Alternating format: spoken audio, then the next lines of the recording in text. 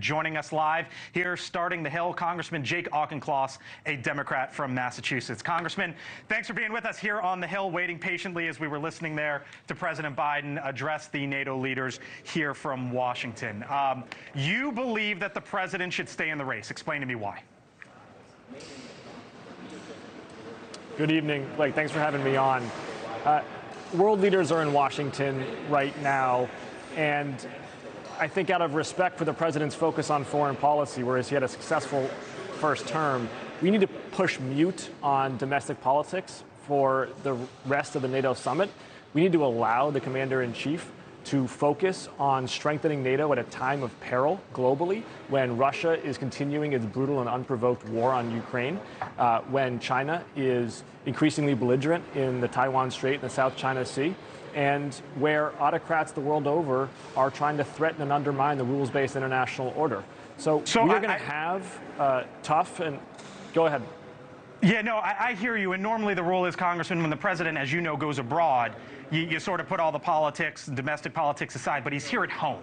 And there's real questions, Congressman, about his mental fitness. And there are going to be people who hear you say that, and they're going to say, oh, that's just a Democratic congressman trying to deflect.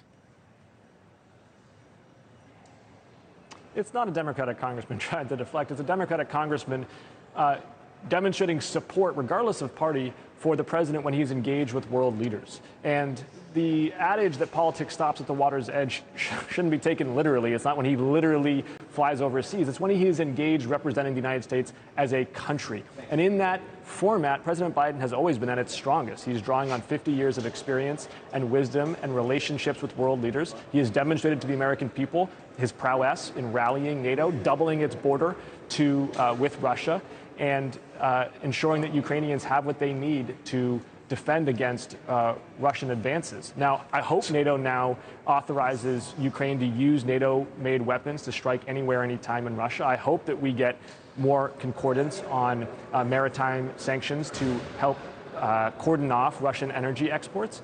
And that is where the focus should be right now. We are going to have plenty of oxygen left in the room to talk about domestic politics, but right now it needs to be about foreign policy.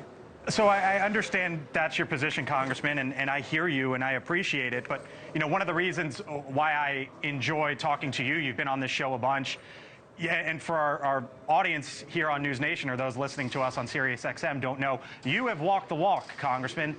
You went to Harvard, you graduated, and instead of leaving Harvard and taking a big paycheck, you went to the Marines. You served. You put your life on the line, and that is part of the vantage point that you specifically have. And I wonder, Congressman Auchincloss, as a Marine, as someone who has served, when you look at the commander-in-chief who wants to be president into his mid-80s, if you believe he is physically capable and mentally able to do so. Nobody can or should make a prognosis for an 81-year-old 5 years into the future. What I can say is I have seen his track record as commander-in-chief for the last 4 years. He ended a failed forever war that had gone on for 20 years that had cost $2 trillion and thousands of lives. He has rallied our allies to Ukraine's defense. He has walked a tightrope in the Middle East. He has put the United States in a stronger position relative to China for the first time in the 21st century. And I've seen this as a member of the Select Committee on China. So his track record is compelling, particularly in the foreign policy sphere. And it's one of the reasons why I think he's going to go down as a top 10 president in American history. Now, I understand that there are significant concerns about his mental acuity. My constituents have expressed those to me, and we are going to have the opportunity to have that conversation. But while he is engaged with world leaders at the NATO summit, we need to be strengthening his hands so that he can negotiate the best possible deal for the United States and for the free world. Thank you for watching, and make sure you go to joinnn.com to find NewsNation on your television provider. And don't forget to click the red subscribe button below to get more of NewsNation's fact-driven, unbiased coverage.